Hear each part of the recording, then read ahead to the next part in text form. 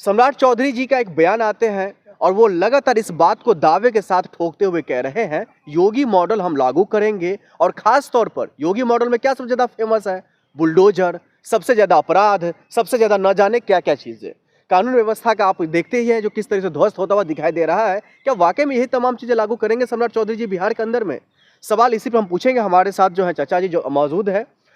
आप तमाम जो है मामलों को लेकर के बयान रखते हैं। उत्तर प्रदेश से आप आते हैं, योगी जी का राज आप देखते हैं। अब वही राज जो है, वही मॉडल, वही कामकाज, उसी तरीके की रणनीति बिहार में भी लागू होने वाला है। कैसे देख रहे हैं इसको? निश्चित रूप से भारतीय जनता पार्टी की सरकार से और आप ज़्यादा उम्मीद क्या कर सकते हैं। यह कानून व्यवस्था को धत्ता बनाते हैं। माननीय सर्वोच्च न्यायालय और उच्च न्यायालय को मानते नहीं हैं। यदि मानते तो बुलडोजर नीति कोई नीति नहीं है। ये जबरिया, चाहे उत्तर प्रदेश के मुख्यमंत्री जी हो, चाहे बिहार के नवनियुक्त गृह मंत्री जी हो, आप बताइए क्या सम्राट चौधरी चुनाव के दौरान जो अपराधी हत्या किया था, क्या उसके घर पर बुलडोजर चलाएंगे? मैं आपके माध्यम से सवाल पूछना चाहता हूं सम्राट चौधरी से। आपका विधायक जो अपराधी है, अपराध के चुनाव के समय गोली मार करके हत्या कर दिया था, क्या उसके घर पर आप बुलडोजर चलाएंगे? आप अनंत सिंह की बात कर रहे हैं? निश्चित रूप से, जो अपराधियों का सरगना है, बहुत बड़ा अपराधी है। चुनाव के माहौल में भी उसने अपराध किया था। शर्मा जी, इस बात का तय आप करेंगे या कोर्ट करेगा जो बुलडोजर किसके घर पर चलेगा, किसके घर पर नहीं चलेगा? क्या भारतीय जनता पार्टी के दोनों मुख्यमंत्री,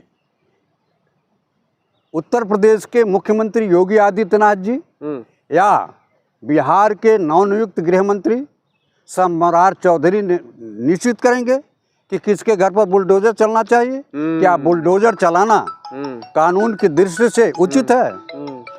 ये बुलडोजर नीति निश्चित रूप से तानाशाही का प्रतीक है। न्यायालय किस लिए है? इतने जजेज हैं, किस लिए बनाए गए? अरे जब से गृह मंत्रालय संभाला है सम्राट चौधरी जी ने, तब से बिहार के देख रहे गुंडे थरथरा रहे हैं, माफिया कांप रहे हैं, कह रहे हैं बिहार में अब सुशासन वाकई में लागू होगा। और आप सवाल खड़ा कर रहे हैं उनके कार्यकाल पर। अब आप बताइए, सारे अपराधी तो भारतीय जनता पार्टी में शामिल है। अभी आपको बताया कि चुनाव के दौरान एक यादव की गोली मारकर हत्या कर दिया। SLR लेकर के चलते थे, AK-47 लेकर के चलने वाला आदमी आज भारतीय जनता पार्टी का विधायक है। उसके घर पर बुलडोजर चलेगा कि नहीं चलेगा? सवालिया निशान ये है।